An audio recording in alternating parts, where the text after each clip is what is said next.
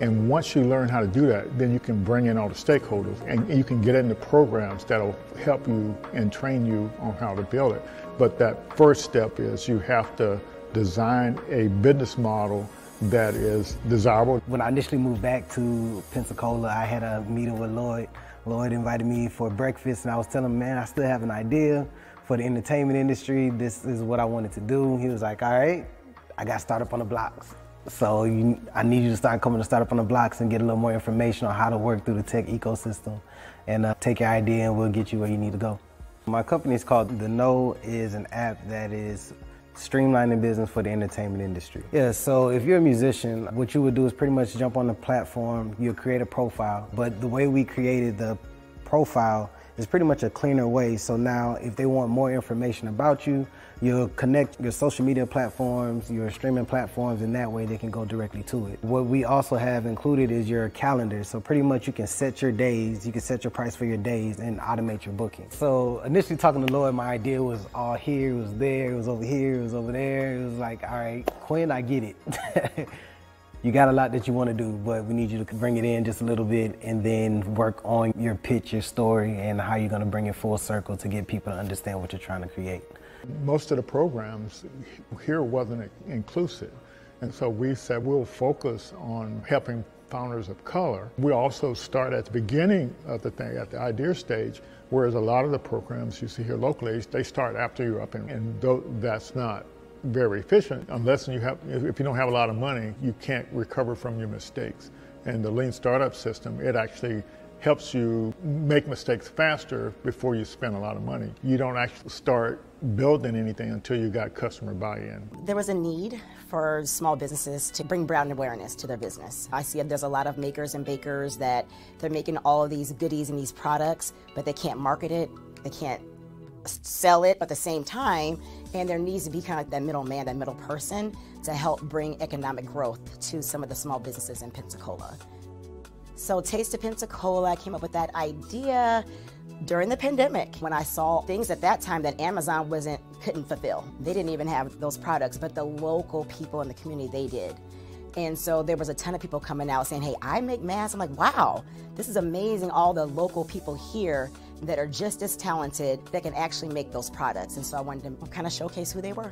So with Taste of Pensacola, our income streams, we have several of them. We have the corporate America, we do corporate gifting, just regular consumers, different Pensacola natives that don't live here that want to purchase our boxes, like a taste of weddings, distribution. So we also do bulk sales. So for a private airline, if they want some local snacks and goodies on their passenger flights, they will come to Taste of Pensacola and we will source their vendors here locally. And we'll give a small business owner an opportunity to have reoccurring monthly sales. I've always had a really big vision for Taste of Pensacola. I knew that it could go beyond just local. I know that maybe other communities could possibly use the same platform that I'm trying to build. And I always have these big visions, but I never know how to even get there. Where do I start? I know it's more than, there's a lot of technical things behind it. I know there's a lot of research, but that connection, I never had it until, thankfully, I met and was introduced to Startups on the Blocks and was able to just learn more about how to grow it in terms of data. Things I just never thought about, framework, words like traction. There's a lot of things that I just did not know about and language that I need to know in order to get funding for my business. There's just a lot that I didn't know. I would go to the stores and look online. They didn't have a wide variety of natural hair products about 8 years ago.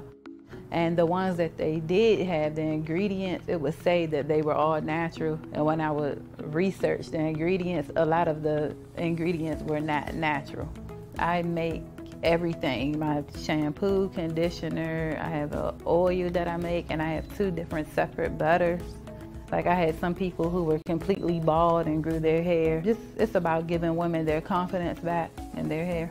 I have this salon and then I have a second salon, and I have my products in about 5 beauty supply stores. So I need a manufacturer to keep up with the demand at this point. Startup on the Blocks has helped my business grow. Send me to different people. I'm able to do different pitch competitions to apply for grants in the community for small businesses. Lloyd's a really good person to connect with. He has a lot of resources here in the community that can help small businesses grow. If you have a product out there and you're trying to go big time, he's the person that you would want to meet with. So it's really important to have some type of support because 9 times out of 10, most founders start out on their own. And to have somebody that has an idea of how the ecosystem works and is able to tap into other resources and bring back to the community, and that pretty much has encountered some of the roadblocks or going through the same roadblocks that we're currently going through and understands where you're at, your culture and how you respond to things, is a big help because you don't really have too many people that have access to what we have access to here in the community. And a lot of people believe that you have to leave and go to bigger cities to do the things that we're doing here. But I mean, it's one thing to have exposure, but you have to actually know it's here in the community in order to take advantage of the resources. So I get approached and I talk to friends all the time that wants to either start an idea or hear that I'm actually doing the app and wants to know more information about how are you doing it or what's the process, what's the path. I'm like, man, we have somebody here, Startup on the Blocks, Lloyd Richard. And Lloyd is here, he's a great resource to the community and to founders that's trying to learn the ecosystem. So join Startup on the Blocks. Hello, everyone. Excited to be here and get another Startup Founders Best Practices going on. We have a great guest for tonight, and there she is. She'll turn her camera on there. How are you? I'm great. How are you doing, Lloyd? Well, I'm doing good, and thanks again for coming on at short notice. And yeah, Thanks for having me. Yeah, it's pretty exciting. Always nice to meet people out in the ecosystem doing things to help founders. So yes, let me get my screen shared here, and we'll kind of thank our sponsors, partners, and I just want to kind of let you know our approach and the audience approach for us work, supporting founders all over.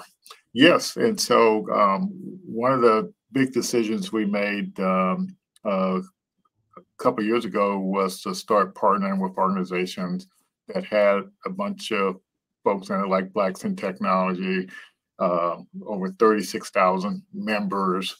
And so partnering with them, we were able to reach, through that BIT startup program, able to reach founders all over the world. And so that's a pretty neat experience. We still have some of those founders from Africa tuning in, and some of them may even tune in tonight. So yes, so that's pretty neat. Are you familiar with Blacks in Technology? Khadeeja? I'm not familiar with Blacks in Technology Foundation. Yeah, so yeah, it's basically to me there was a lot of synergy because they offer a lot of programs to help Black people get into technology. Mm-hmm. They free training program, discount training programs, like even the startup founder programs, all kinds of discounts, and they, like I said, have members chapters all over the world. We have one here in Pensacola, and they do BitCon every year. It's the Blacks in Technology Conference. We were up in Atlanta last month, and it was a great event. But yeah, you can even do one there in Mobile, or you can join our Pensacola chapter over here. So yeah, I'm on it. I tell people all the time, when I haven't heard of an organization, that means you're doing something right. That means there's more people to reach. So I'm excited. I'm excited to check them out. Oh, that's great. It doesn't cost anything to join either. So that's pretty neat. So I think I mentioned to you earlier today, we also partnered with Startup Science. That's the little light bulb there. And so that's a good partnership, to help founders close the knowledge gap. And we use this product called Coda, and we offer it to our founders to get it free for 6 months. It's kind of like work about $1,000, but it's a neat software, and basically it's like where you you have one document that you do everything in, tables, presentations. It's like instead of having a whole suite of products, you have one product, but you can integrate all your other enterprise products into it. So you can pull all your data into one spot. And it has AI in it as well. And with our partnership, the founders get unlimited AI for 6 months. So it's pretty great. And this year we formed a partnership with Make Startups. So they have a certification program for entrepreneurs. So you can get a certificate. And so when you go through that program, the AI grades your skills. And so you actually learn make sure you have all the entrepreneurship skills to have a successful business. Yep, so that's great. Now, PitchBob, we kind of got involved with them through just because of the AI stuff, because it's a company over in Israel, believe it or not, and they literally, you answer maybe 2 or 3 dozen questions, and it builds out pitch deck, sales deck, business model canvas, all kinds of stuff. Yeah, it's pretty amazing and fantastic. It gets all your communication clear and concise. So, and they offer their product at half price for us, and it's like a one-time fee too. And they have so many perks, like Microsoft for startups. You can get up to like a $25,000 credit in Azure. So it's a pretty neat opportunity. Of course, you know about Lean Stack. I talk about that all the time. Yes, you do. Yeah. Yeah. So here in Florida, we have this Black Innovation Alliance. We're a member of that, and that's like a bunch of organizations that are a member of that. But Black Innovation Alliance, have you heard of that one? I have not. Okay. Tell me more. Yeah. So Black Innovation Alliance is, I think it has close to 200. They call them ISOs, but it's organizations that work with Black founders. So there's like 200 organizations working, all of them work with Black founders, but they all have this expertise, especially on how they work with them. And so we partner and do stuff together and everything. Yeah. So that's a pretty neat thing. And Goody Nation. So are you from Mobile? I am from Mobile. Okay, so what's some Joey? He's from Mobile, and he started Goody Nation. Yeah, right. And so shout out to Mobile. yeah. But anyway, so they have programs for Black and Latino founders, organization working with founders, and they offer a lot of benefits as well. But that's just to kind of give you a little sample of some of the ones we are members of or partner with. And then we also have the banks and the power companies and stuff like that. And a lot of these are sponsors of Innovation Summit, and also sponsors of pitch competitions, and all that kind of stuff. So there's a lot of organizations out there that want to help, with this diversity and inclusion, and kind of closing the wealth gap with Black founders. So that's the neat thing about that. So next, we'll let you take a couple minutes to introduce yourself. Yeah. Alrighty. Well, thank you. Again, thanks for having me, Lloyd. I really appreciate it. Just a little bit of background about me. So my name is Khadeeja Ahmaad, and yes, I am a product designer. And I currently work in an incubator space where I help founders, entrepreneurs, and a lot of our audience are Black founders. And a lot of our grants go to minority businesses. Wow. And what we do, what I do there is I have business consultations with these founders. Well, I'll say that's kind of how it started, business consultations. We call them discovery sessions. So just tell us a little bit about your business, get to know the founder for who they are as a person. And then our big goal is to navigate them to the right resources. And I kind of found some patterns within a lot of those conversations I was having is, again, specifically with Black founders. And there was a gap in terms of entrepreneurial acumen, and just in terms of being able to articulate that storytelling. And so Okay. I later moved into user experience design in a very organic way because my natural talent. So I'm a natural empath, and an advocate naturally.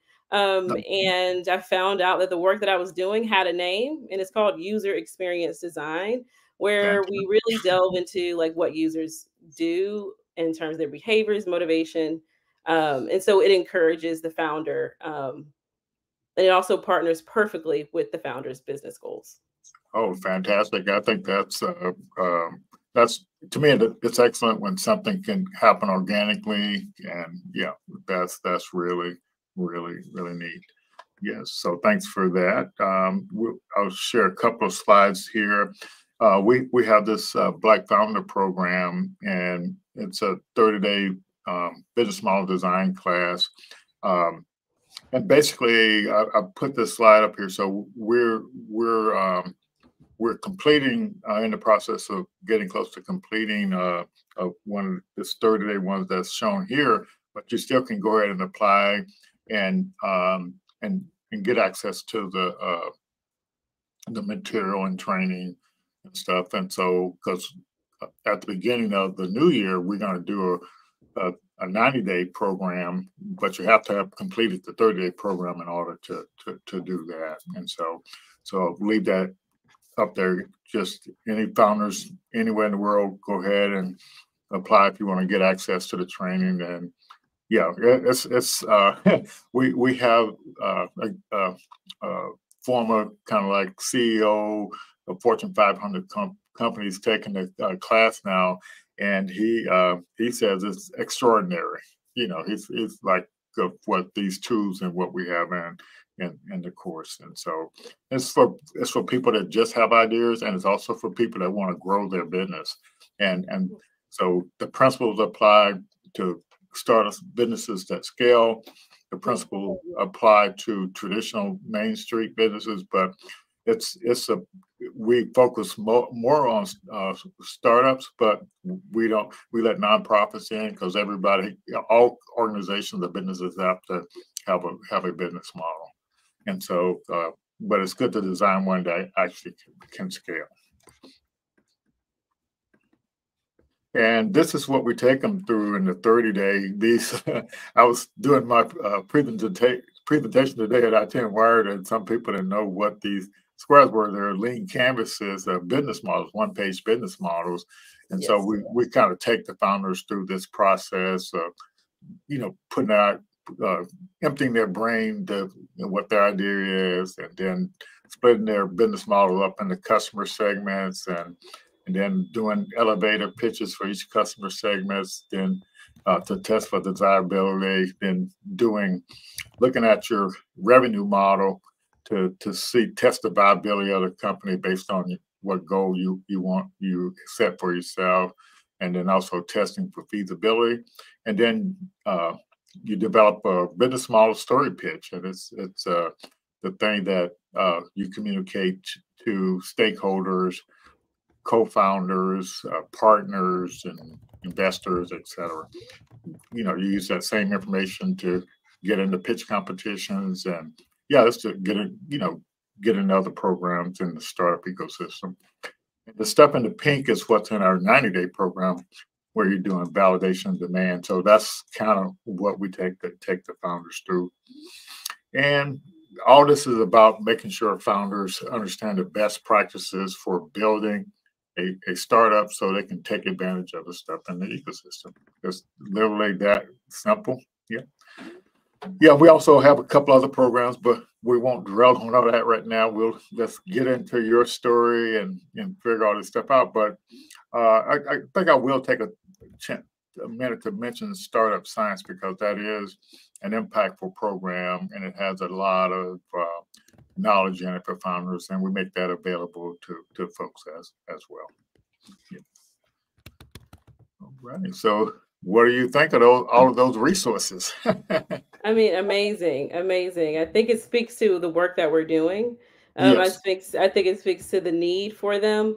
Yes. But specifically the work we're doing to empower those businesses and give them visibility. So I think that's very important to let entrepreneurs and founders know that these resources are available. We've got free, we've got low cost, Yes. and different commitment levels even. So this is an important conversation.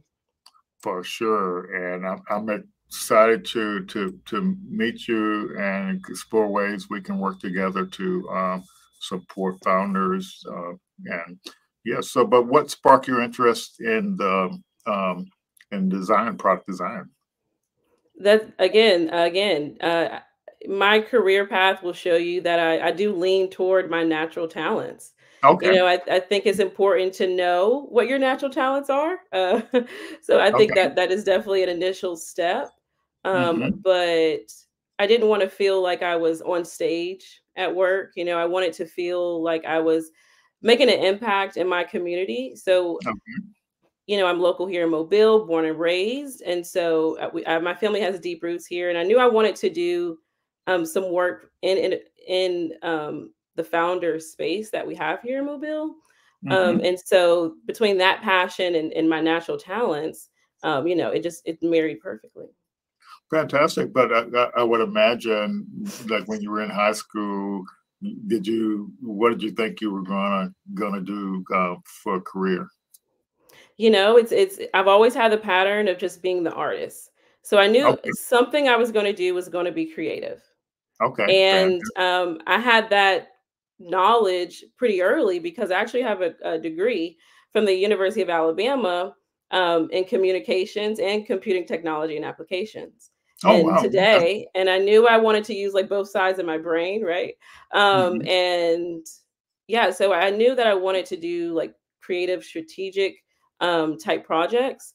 Hmm. And again, just because those natural talents that I was using in the incubator space, someone, his name is Irvin Ingram. He said, Okay. what you're doing actually has a name. What you're saying is a thing already. And I'm Okay. like, good to know. Oh, And it went from there.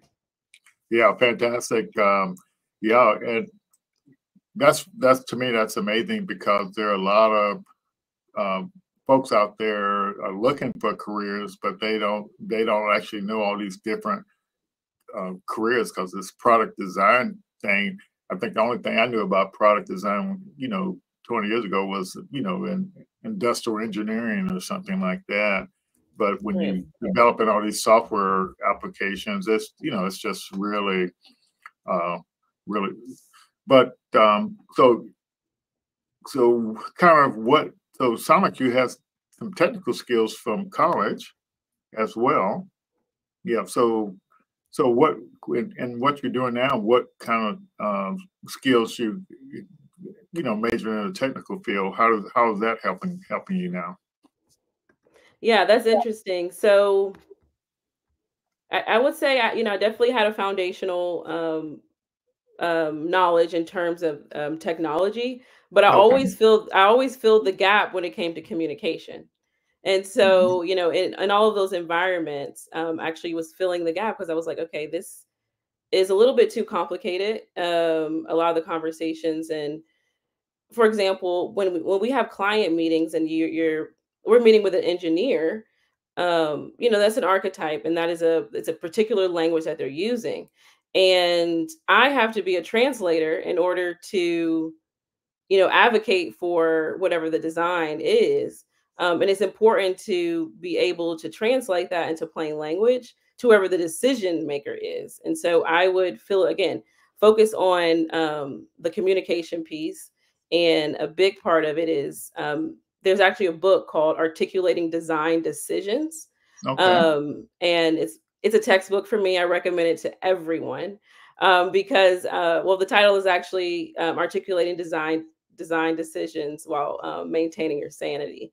So it's got a lot of tips and tricks in the book.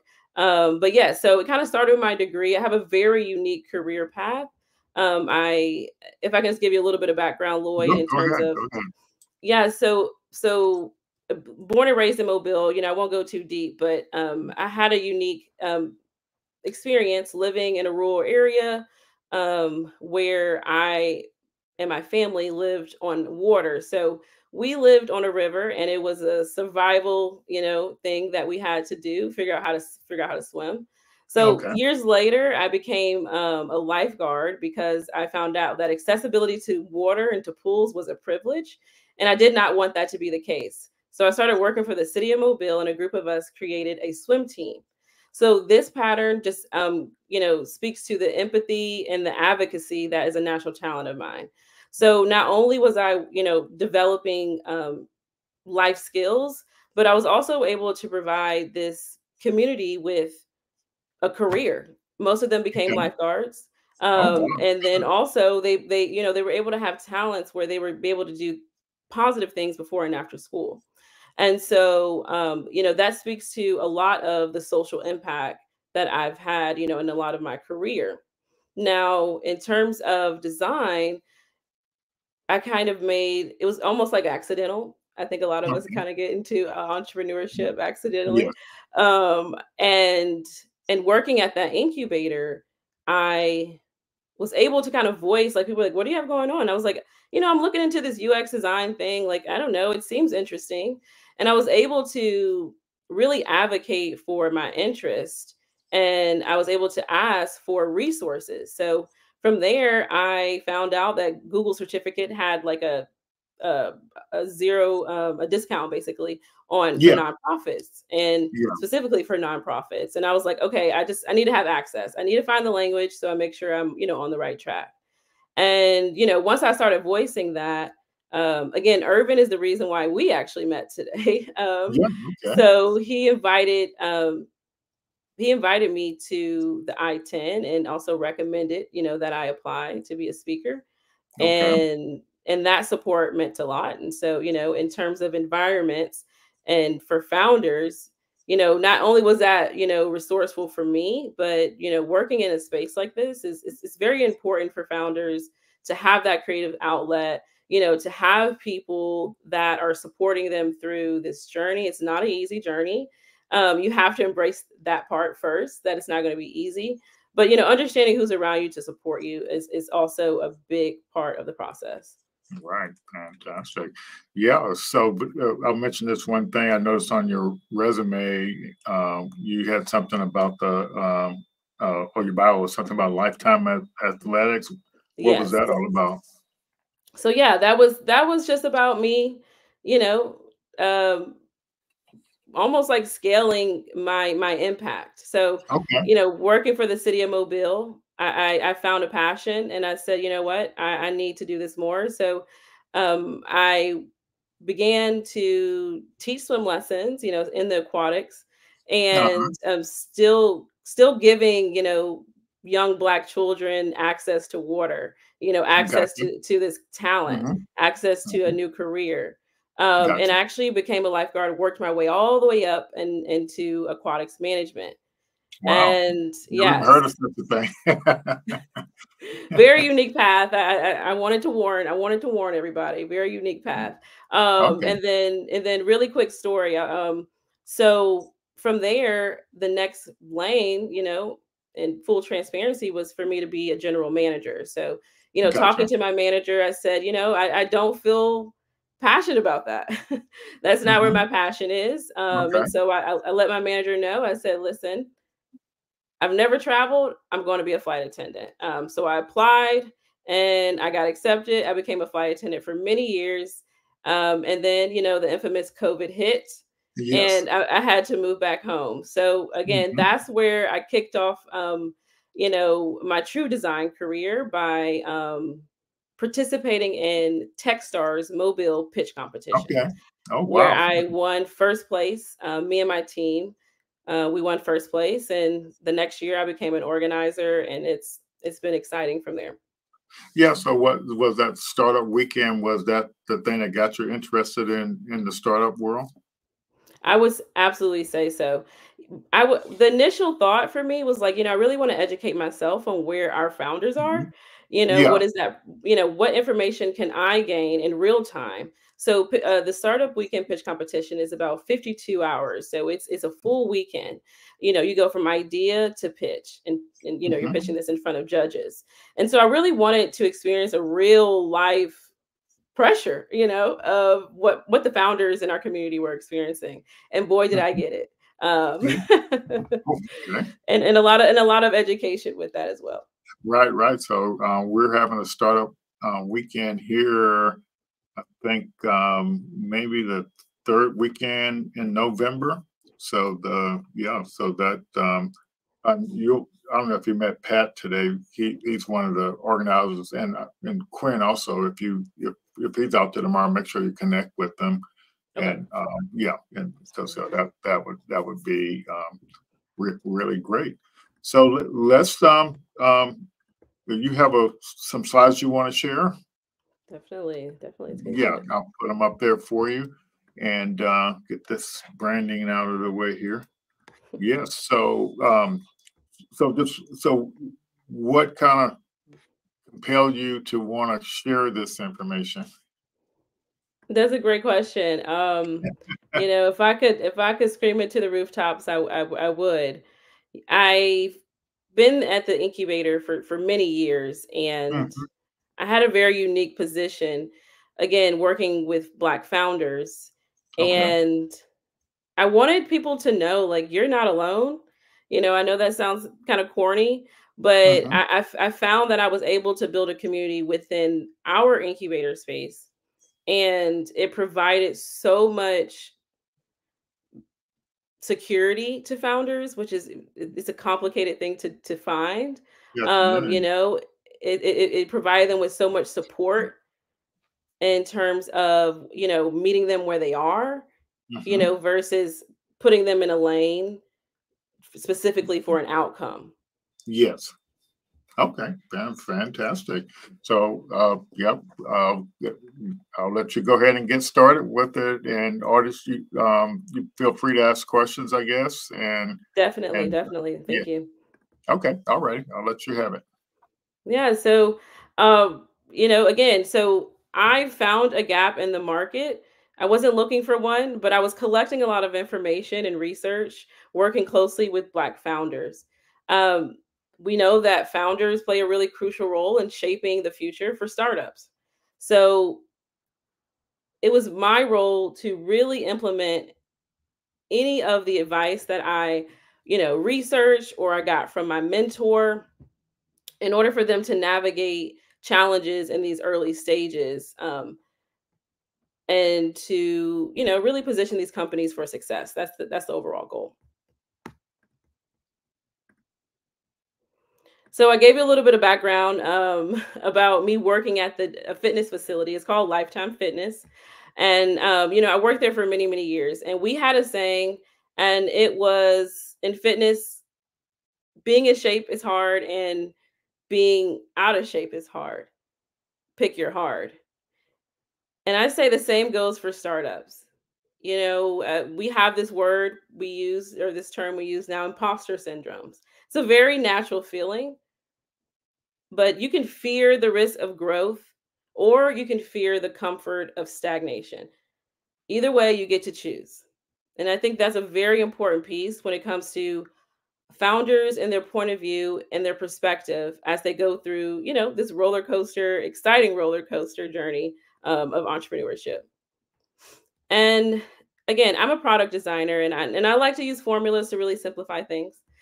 So what I have here is just a simple formula to give you a little bit more insight about not just what I do, but what the impact is. So we have product design. It's a process, and the process includes what are the user's needs plus the business goals times iterative testing. And so I'm going to go right into, a couple different problems I found. So what I was finding was a lot of founders, were having almost like passion projects, which we all know makes sense. It's like, this is coming from my soul. I have to do it. I have a purpose. Um, and understanding where they were was very clear. You know, a lot of them knew their mission. In terms of what the user needs are, the people that are paying them, the customers for those, you know, for-profit companies, of course, but even for the nonprofits, you know, what is that impact that you're having on your business? So, you know, quick example, I was having these consultations with founders, and you know, they came in and they're like, you know, I'm making revenue, I need a website. And I'm like, absolutely, like, let's, you know, see what kind of resources we can get for you. And I would be able to, you know, ask questions. Example, who are you building it for? You know, what is the ideal, you know, journey that you want them to take on this website? For example, you have a service-based company, where they're able to order food online. You know, what do you expect the user to do on the site? And a lot of those questions just had never crossed the founder's mind. And so I was able to, you know, bring on UX tools such as ideation workshops. So really being able to do a deep dive into, you know, what is it in terms of the impact that you're giving your users? You know, what is it that your users want from you? You know, other things like we have founders that, you know, want to build a community-based business, which we see a lot of Black founders interested in that. That's a very important part of our community, because the support that we give each other is unmatched. And so building these community-based businesses is very important, but understanding the core mission is really what helps you be sustainable. And that's my goal when I'm working with these founders. You know, how will we keep the retention of your customers? You know, how do you envision your community benefiting? What are those exact benefits? um, and what do they need from you? And so those are just examples of problems that I found. And I was like, you know what, we can really turn this to be more solution oriented. And there's a really cool book that I want to share with everyone, and a lot of you have probably heard of it, but it's called the Startup Playbook. And if you're familiar with Y Combinator, it came from there. So it's by Sam Altman. And I want to share just a few best practice tips that every founder needs at a foundation point, but also, you know, founders need as a reminder. And so what we see is a lot of founders are successful when they move fast. But there's other things that come with that. You want to have that support group. You want to be able to have those resources where you're navigating to the right places. So, you know, how do you avoid the startup graveyard? So 3 points I want to make here. So the first point is a great idea. You need to have a great idea. Your goal is to make something that users love. And if you fail to do this, your business will fail. You know, if you deceive yourself and think that your users love this product and they don't, you know, your business will still fail. You cannot skip this step. The second point I want to make is a strong founder and a strong team. Now, I work with founders, and that's a very unique it's a very unique dynamic when you're working with a founder, because there are so many expertise and experiences that they actually don't need. They don't need any expertise in their industry necessarily, you know, because we are those resources. But, you know, as a product designer, what I look for in those founders is I want someone that, you know, is unstoppable. You know, they are determined, they ask questions, they're very resourceful and passionate about the project, you know, that they're wanting to launch or launching. You know, you want them to be very rigid and grounded in their passion. But founders, you know, you also need to be very flexible outside of that mission. So again, strong beliefs about the core passion, but still very flexible in your willingness to learn new things. Um, that's probably one of the most important points that I want to make today. Uh, you know, you want to be responsive, you want to be decisive, you want to be a sponge. You seriously want to be coachable. I actually I was doing some mindless scrolling yesterday actually, and I ran into like this video from Ryan Roslansky. He's the CEO of LinkedIn actually, and one of the main things he said was a quick story. His 18-year-old daughter was asking him, "Hey dad, like I'm about to go to college. Like, can you tell me what do I need to study?" And his advice was, you need to study, not a name of a major, but you need to study learning how to learn. And I think that was a big part of the process for a lot of founders that I was working with. Once you embrace learning how to learn, everything kind of feels like a playground. It should feel exciting. And just like Lloyd said earlier, via the video, failing fast is success, because now you know what changes and iterations you need to make. Now we're going to do something different. But now we're moving forward, we're iterating, and it's still progress. Okay, y'all, feel free to drop anything in the comments as well. Any questions? And the last piece I want to add is you need a great product. Yes, so you do need a great product. This is literally the only thing that great companies have in common.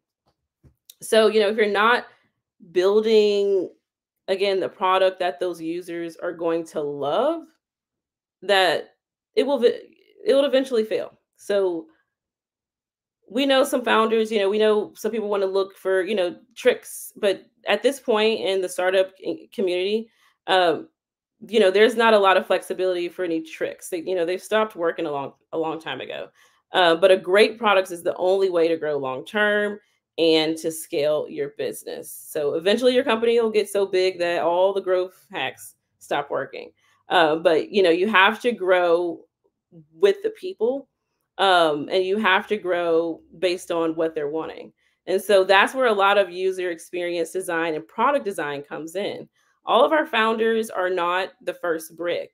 A lot of them are scaling their businesses and redesigning, and they're collecting information and research and wanting to pivot sometimes their business because it's the best for the business. It's what the users need. And so you need to be focused on not just the product, but the users who influence that product. So a little bit more specifics in terms of best practices for founders, and what I did using those UX design tools in those initial steps. So again, I was leading with empathy. When it comes to the users, it's important to know what are their motivations. Like, what do they do in a day? Is it a busy mom of 4 who also is a teacher and works a job? So, yeah, I think if you are a service-based company and let's say you're a food-based company, that mom values a online order more than anything you can imagine. She values a pickup order more than anything you can imagine. Why? It's accessible, it's easy, it's convenient, and it gets her to her bottom line. And the next piece is again research. So a lot of UX provides a lot of tools in terms of the process. So we have user interviews where we for basically context. We just want to get to know them, get to know a little bit about their behaviors. We also, we use surveys, empathy maps. What do they do? How do they feel? How do they think? What are their pain points? Imagine you find out what their pain points are. This is how you shift and make those pivots that not only benefit your business, but also benefit those users. It's important to benefit the bottom line either way. And the next one is journey mapping. I spoke about this a little bit earlier. So journey mapping, again, like really visualizing those steps that you want your user to take, basically. So Lloyd also, we talked about that earlier, what jobs need to be done? Like, what are those jobs that need to be done and what do they look like? Let's literally map them out with a journey map. So the goal behind that is it helps identify potential frustrations or gaps. And also it will provide a lot of insight into like what the current process is. And then from there, there's a term in UX, it's called a happy path. And so what that pivot looks like is, okay, I've got, I figured out what the gaps are in the current experience. And I'm ready, to iterate. And you're guiding those features based on that information. You're able to make those decisions as a designer using that information as the measuring stick. And the last piece I want to share is the feature prioritization. So what does all that mean? So based on the user feedback is where we decide how we want to design. What we see in design is working with entrepreneurs. They have a particular budget, or they're bootstrapping, their budget. It's important for us to figure out which method works best when you're prioritizing features. What do I mean by prioritizing features? I could mean a contact page on a website and a landing page. I could mean, okay, a lot of people are like, okay, I just want the full website. That's a lot of work, right? It's also quite costly. Okay. And so let's prioritize based on a couple of different methods that we have in UX. Thank you. Good information. Thank you. Please follow us on A3. Let me actually send it in the chat. I'll put it in the chat right now. Thank you so much. But the last piece again is like, how are you going to go about prioritizing what's really important based on your budget, for example? The last piece is commonly what we see in terms of the method that I use, I'll say personally, is I'm working with solopreneurs. And so we use a method, basically, it's like impact over effort. Okay, so you got one person, if you really want to, resolve whatever the issue or the problem is in your business, it may be high impact and low effort. Let's go ahead and prioritize that. If it's high effort and low impact, that's really something we're going to want to put in the backlog, still consider, still make note of. But it provides founders with intentionality, in the process. It gives them confidence in the process. All of these are time-based, but also you got to be flexible when you're building something. As I said earlier, I want to go back to the point. Best thing you all can do as founders is learn to learn and embrace that. Thank you so much. I'm checking out the comments right now. Make sure I get reply to everybody. Yes, I guess Carlos says, do you work with nonprofits? Absolutely. Yes, I absolutely work with nonprofits. And that kind of speaks to the community-based conversation I was saying earlier. What your mission is has to be very clear in order for you to bring in the right audience. Absolutely. So social impacts are just as important. So yeah, I work with entrepreneurs of all stages. Yeah. So like one of the things that I realize is that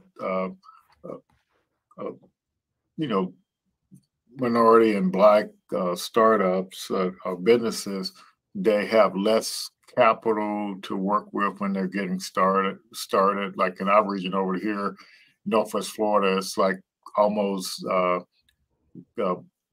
Black and minority founders have as low as 10% of the capital in getting their business off the ground as white founders. And so some of the things that a lot of the programs that the government puts out there for funding, they offer in-kind services like for legal, marketing, or whatever. And as you were talking, I was thinking, what about offering this product design services as a part of a program that's supporting Black founders or minority founders as an in-kind service? Yes. Yeah, so at Innovation Portal, we do provide. We actually receive grants for minority businesses as well. So I do work for A3 Human Athey Human Research and Design. And I just a quick background with that. That is a mentor that I had that was introduced to me from Irvin Ingram, who got us connected. So I promise you, the best advice I can give everyone is network as early as you can. So we mentored for about 20 plus weeks, and I later started shadowing her and a lot of the work that she does, and she's like elevated my skills, but yeah, so in terms of free resources, we provide at Innovation Portal, it's through funding. So find those nonprofits, in your area, find those nonprofits that they actually have money they're trying to give away. They're getting funding specifically for businesses, Black businesses, veterans, women, underserved communities. Yes. Yeah, so you're saying you in some of the stuff you all funding you all get, you support minority business, but you're saying you can actually, some of that also includes funding to actually provide the product design services. Exactly. So we have a program called Tech Academy. Tech Academy, that grant was given to us by the Regions Foundation. Tech Academy's purpose is to build your tech stack. So what does that mean? You come in, you have a tech problem, or you have a problem in general. And we find technical solutions to solve it. For example, we currently have a Tech Academy cohort going on right now. And we have someone in masonry. And he is alone. He's solo. And so, he used the city for a lot of contractors, a lot of those connections. But in terms of the work he does by himself, he has to generate the invoices, answer the phone, answer all the inquiries. He has to do all of these tasks. And, it's all these jobs to get done. And so he's going through a 8-week cohort to really just dissect what's most important and essentially, prioritize them based on like what will cause your business to fail. Yeah. So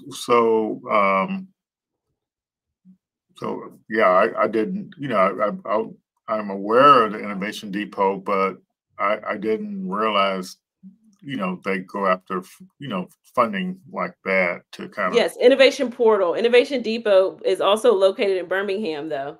But Innovation Portal is located in Mobile. So yeah, I mean, no worries. So innovation-portal.com, you can learn a lot more information there. And you'll be able to see a lot of the grants. We currently are partnering with the Mobile Chamber, actually, on a lot of those minority business grants and monies. And so they're extremely resourceful. The mobilecan.org is extremely resourceful. Please go to that website. It'll really help you navigate and understand our ecosystem a lot better, I'll say, and all those benefits that are available. Yeah. So those are great ideas, to be in, like for an area like us, because I think we have the Hot Center. It has a locally, and it's for the whole state of Florida, actually, a grant from MBDA to EDA. I apologize. To work with minority businesses and veterans and provide research services. And since they have a 3D printing lab, they also do 3D printing design for those minorities as well. Yes. Yeah. So Innovation Portal is actually we just received funding for what we're calling a prototyping space, and it actually includes 3D printing. And I'll add this information into the chat too. So it'll include 3D printing options. We're currently doing research to make sure we know what the operations should look like, for our market and for our community. And they also we have like t-shirt presses and just different resources that entrepreneurs can use. Time is money, I get it, but when it comes to just simply opening a door and having that resource at no cost, It's a big benefit for Black founders. Absolutely a benefit that, we welcome. Again, I'm gonna add this in the chat. So, at Innovation Portal, I've been there for about 4 years. I started as a community coordinator, went to operation manager, and I've made a career change officially into the product design role.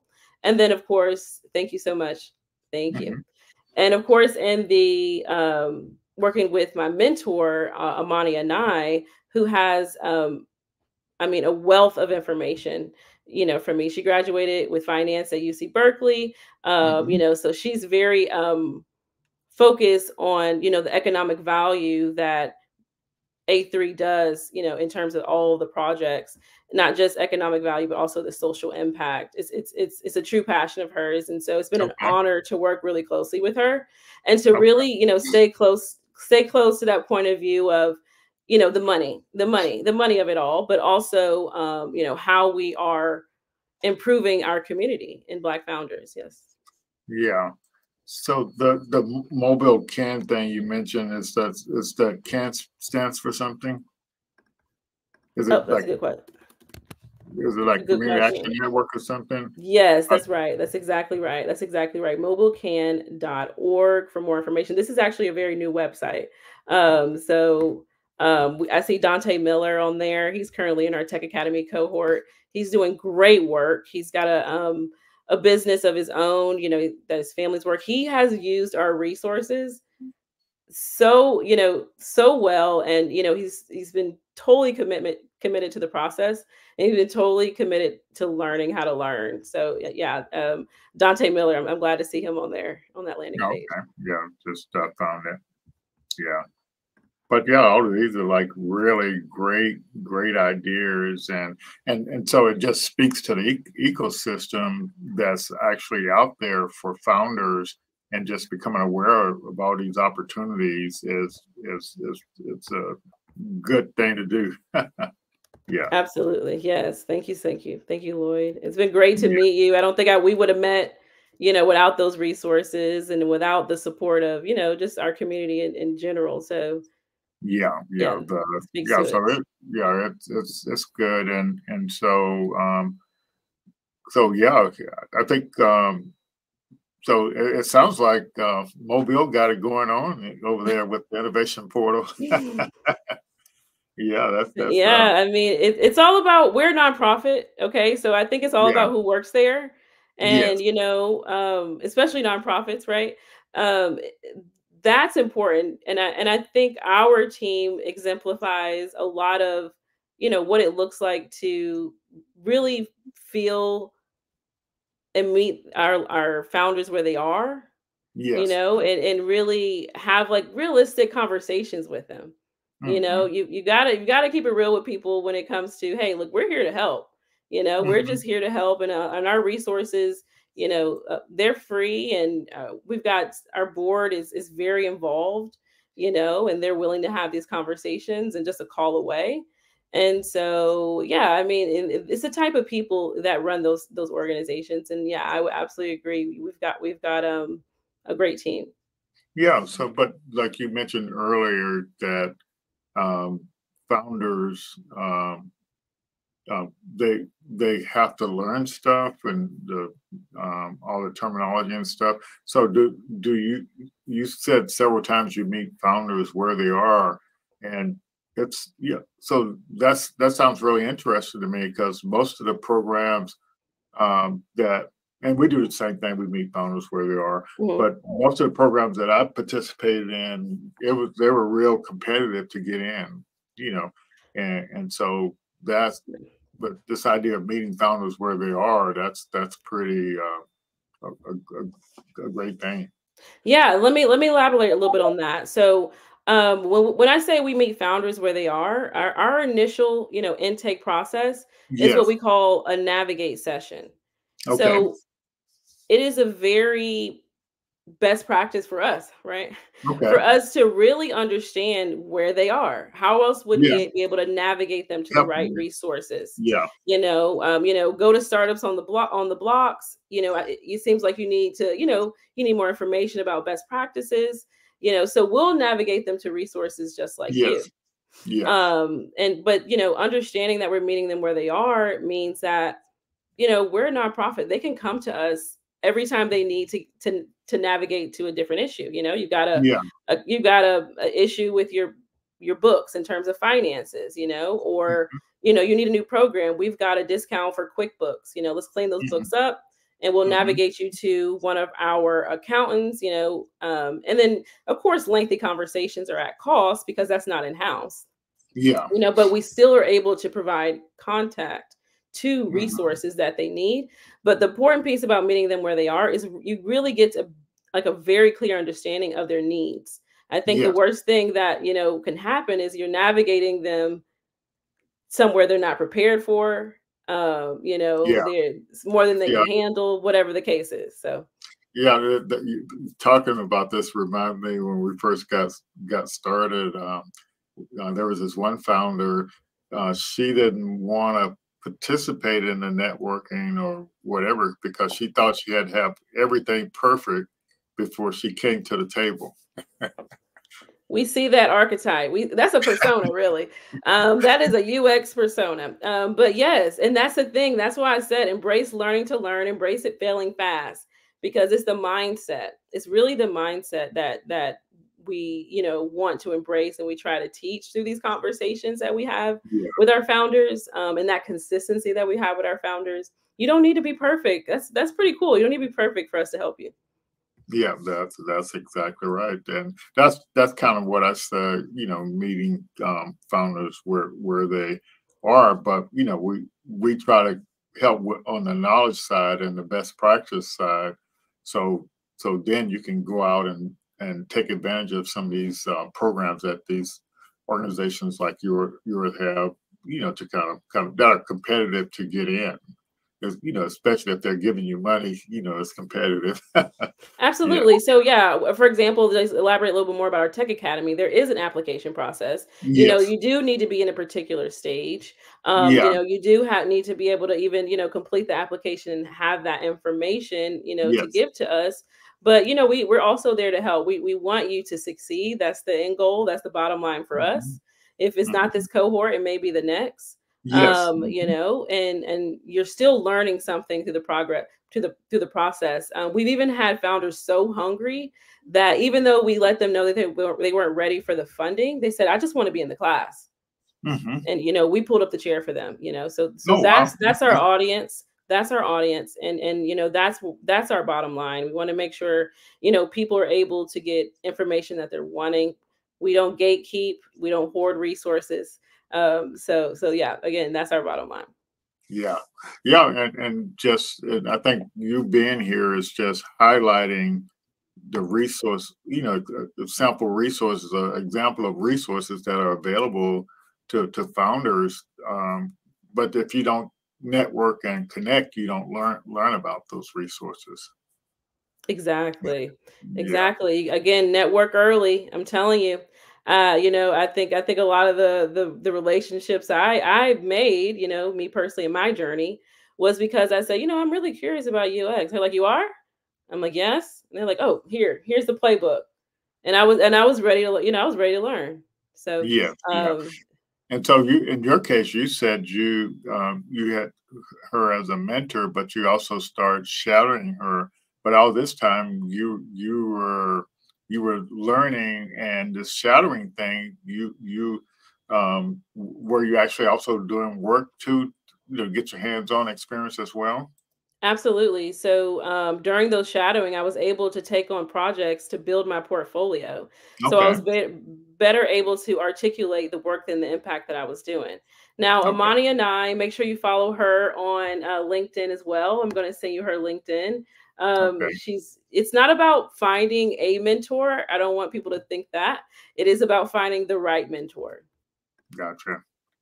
Okay. That's good. So yeah, I love what you're doing, and I'm glad you getting connected over here in Pensacola as well. And I think you're gonna. I think the I-10 wired thing, and we tell people about that all the time. Yeah, so one of the ladies I met today, it was pretty interesting. Uh, she came to the conference, but her boss wanted her to come and meet me because she's working on a project that she's getting out. They're getting all these millions and millions of dollars of grants, and so they're planning stuff for the future. That startups can get involved in. But it's just so many things and so many opportunities. But if you don't get in the game, you can't participate. If you don't learn some of these job roles like product design or graphic design or social media management or project management, you don't get to participate in all this innovation. And the majority of these things don't even require degrees, and people out there don't even realize it. AI isn't taking over everything. It's not taking over everything. I promise. Right, and so the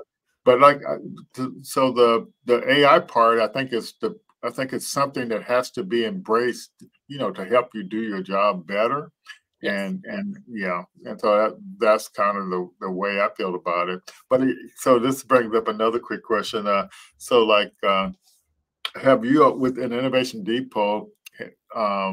So are you all starting to do stuff with AI to help the founders? Anything like that?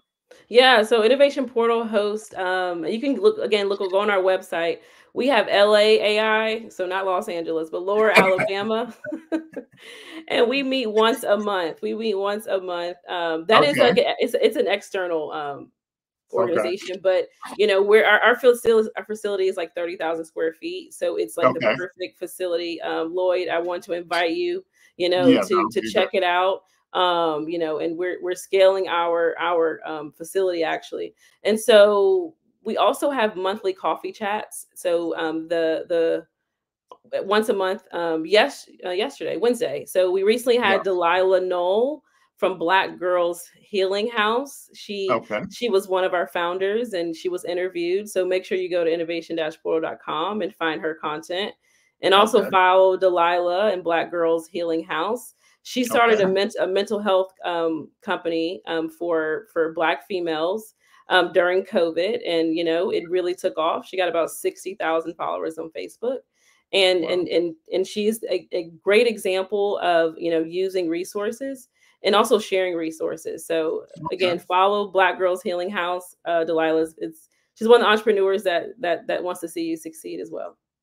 Fantastic. So quickly tell me about this LAAI and what's that's all about. So I'll see if I want to come over there. So I'm not sure the themes, I'm not sure, sorry, the structure. Forgive me for not having that information. No problem. But if I'll drop it in the chat right now, actually, and I'll give you a little bit more information. But basically, it is a community-based group. It's with Fairhope and Mobile, if you know the area. It's just a bridge between us. But they're bi-monthly in both Mobile and Fairhope, if I'm not mistaken. But it serves as a forum. It's just a forum for people in all skill levels, and everything that's going on in AI. From people that are just interested, they join, to seasoned experts, and so it's a great opportunity to collaborate. Again, I'm putting in the chat right now. Yeah, so I didn't even know that was going on over there. I guess that's pretty neat. And me and Amani, we're working on an exciting new project for entrepreneurs. So I definitely want y'all to make sure you follow us. We'll be announcing some pretty cool opportunities, and we'll be starting testing. And again, follow me on LinkedIn, and I'll get that information out for you, and I would love your support. Okay. Yeah. We want to leverage what you all are doing to support our founders that we work with. And so, definitely want to explore some partnering opportunities to support founders. Absolutely. All righty. So Thank you, Lloyd. Any takeaways you want to leave the audience with before we get out of here? I mean, embrace the journey. Embrace the journey. And network early. If Yeah, yeah, if I'm not the right fit, I want to be the person that will navigate you to, whatever serves your needs. yeah, I'm here to help. yeah. That's fantastic. All righty, so we'll go ahead and close out. We'll see you tomorrow at 10 Wired, and folks in the future. That's annually in October. So if you want to come to the beach in October, Beautiful. you checked the beach out today. How was it? Absolutely, I did. It was perfect. Yes. The water was beautiful. The sand, um, absolutely an experience. So I'm excited to go back tomorrow. All righty. Yes, I'm gonna go ahead and end the stream. We'll see you all next week, and you can stay on just for a second.